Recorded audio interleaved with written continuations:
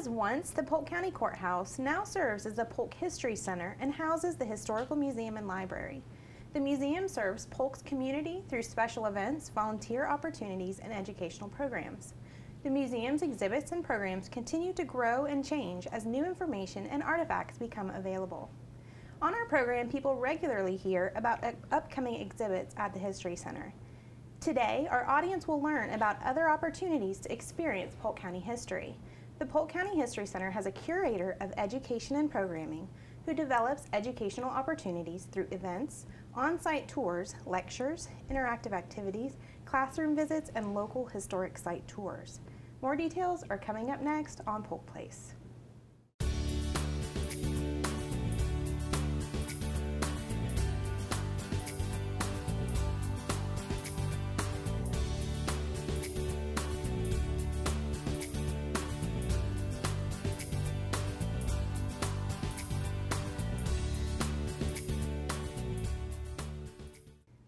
Joining me in the studio today is Jayme Jameson. She's the new Curator of Education and Programming at the History Center.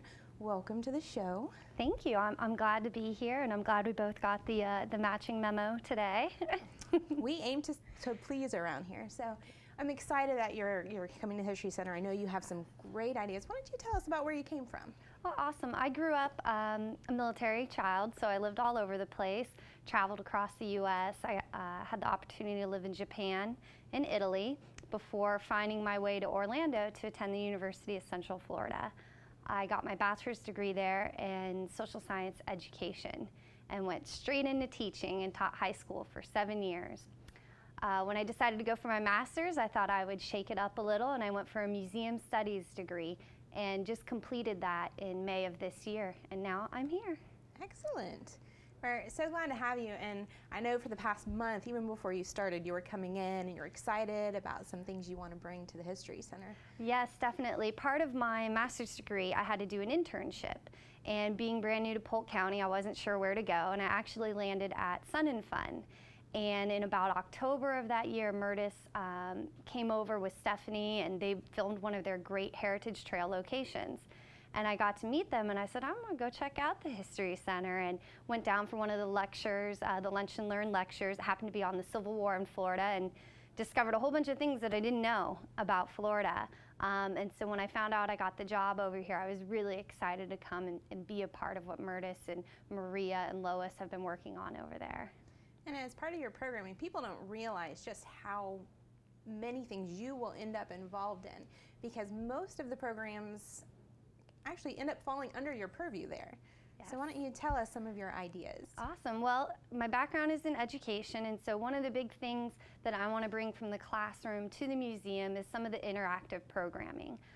When you study museum education, you look basically at 3 different ways in which a person learns. There's the personal context, the social context, and the physical context. Well, physical context is taken care of wonderfully here. We're in the great historic courthouse. You go in and you're automatically inspired by, the decorations, the walls, the architecture. I want to learn. So that one's easy here. Then the personal context is what you bring to the table. And so for me, that's kind of where I need to draw out through the social. What do you know? What do you know about this topic? And so what we want to do is develop programming that gets people engaged. Mm-hmm. We had a great ceremony on Saturday, June the 20th, to dedicate a historical marker for the town of Pierce. Phenomenal. At the end of the presentation, all the different children that had been born in Pierce, and they're much older now, stood up and they told their stories. They reminisced about what it was like to grow up in Pierce. And if all of those people had not been in one room at one time, those are stories that we may never have had to keep forever about Pierce.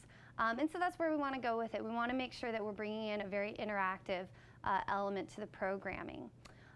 So for example, we're going to continue our Lunch and Learn lecture series. We are going to introduce some exhibit-specific programming. And I'm really excited about that. And it's something, if you come to the museum and you interact with the exhibit, you get hands-on talking, you can develop replicas of what you're seeing in the exhibit. And that helps people to remember and recall and learn. Yes, ma'am. It's what we call a genuine experience. They're taking more than just what they see with their eyes. That's awesome. How about an example of that? A great example, we have opened up our Polk County Honoring Our Veterans exhibit. It's correlated to the state's Victory Florida program, and it's to honor all of our World War II veterans. And so with that exhibit, we have on display wonderful artifacts from Polk Countyans that served during World War II.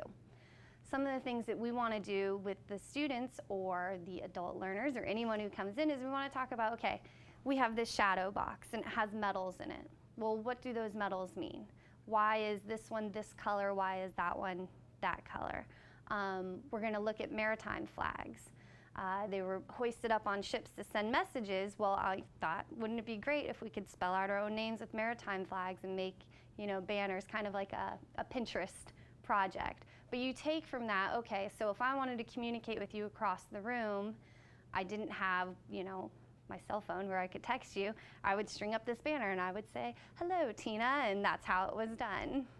Awesome, and that's actually the topic for the Family Fun Day this month. Yes, ma'am. We are having our Family Fun Day. It is on July the 11th. It's from 10 to noon. Mm-hmm. We're going to be looking specifically at our Victory Florida campaign and exhibit space. So we're going to be making those signal flags.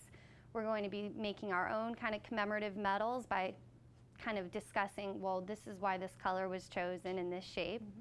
And then we're going to have a story time, which, it sounds silly, but I taught 9th and 12th grade, and even my 12th graders, if I brought in a little picture book, they'd say, we're going to read today? And I'd say yes. And, it kind of looks at World War II from the perspective of a child. She's talking about her neighbor that was in the Navy that was on a submarine and what she remembers about him leaving and coming back. And so it kind of brings that social, that personal story to what might be to some a static exhibit.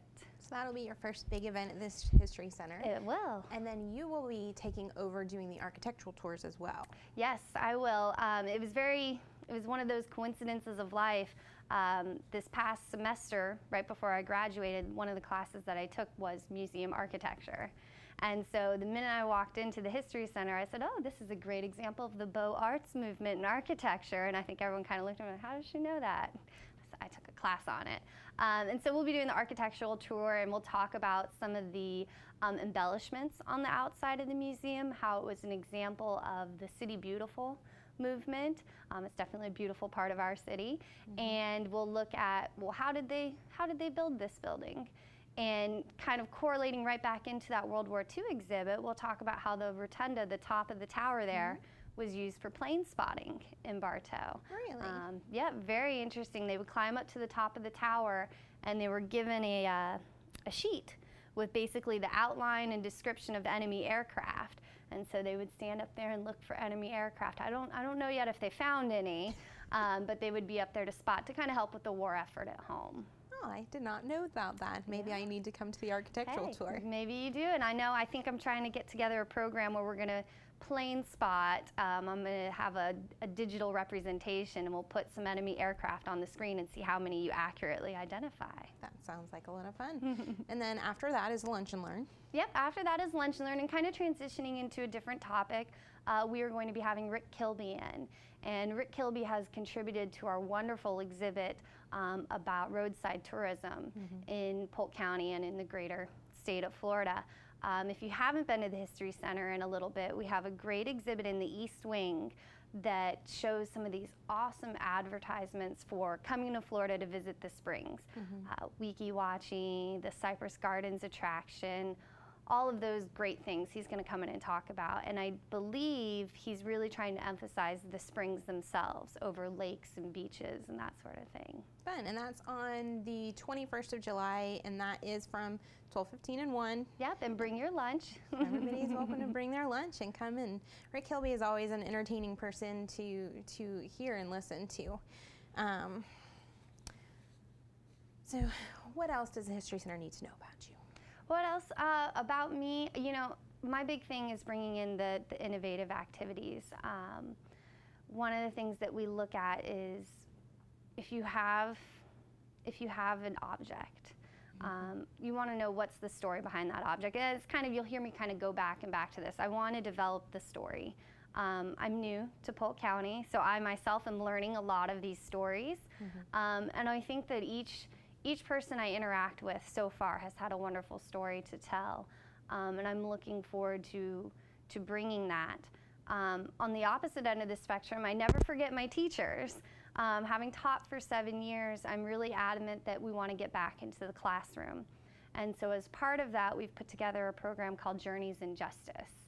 And what we've done is we're looking specifically right now at the jury process.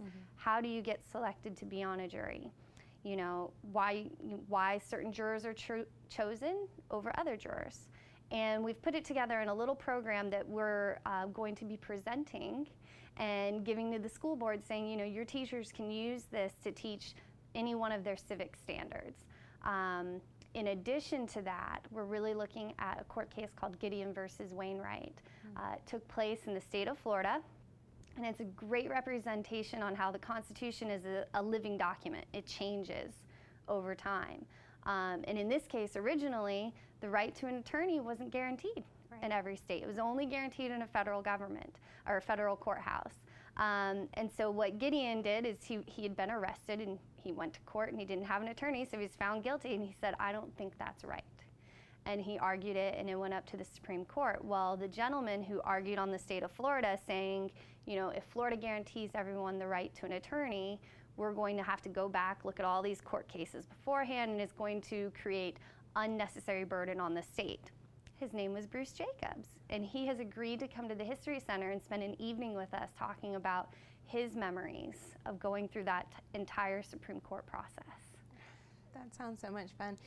We're so glad to have you at the History Center. You bring just a breath of fresh air and really innovative programs. And as always, everything at the History Center pretty much is free, so it's a great opportunity to come visit you and meet you and welcome you to the History Center. Yep, I'm sitting at the desk in the East Wing. Come in and say hi to me. It's likely I'll have marker on my hands as I'm getting ready for a kids program or an adults program.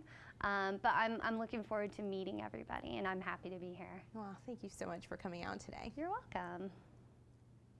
The museum's collection includes natural and cultural objects related to Polk and the greater Central Florida area that represent our history from pre-Columbian to present-day eras. The artifacts on display at the museum represent individuals, cultural groups, and events significant to the region.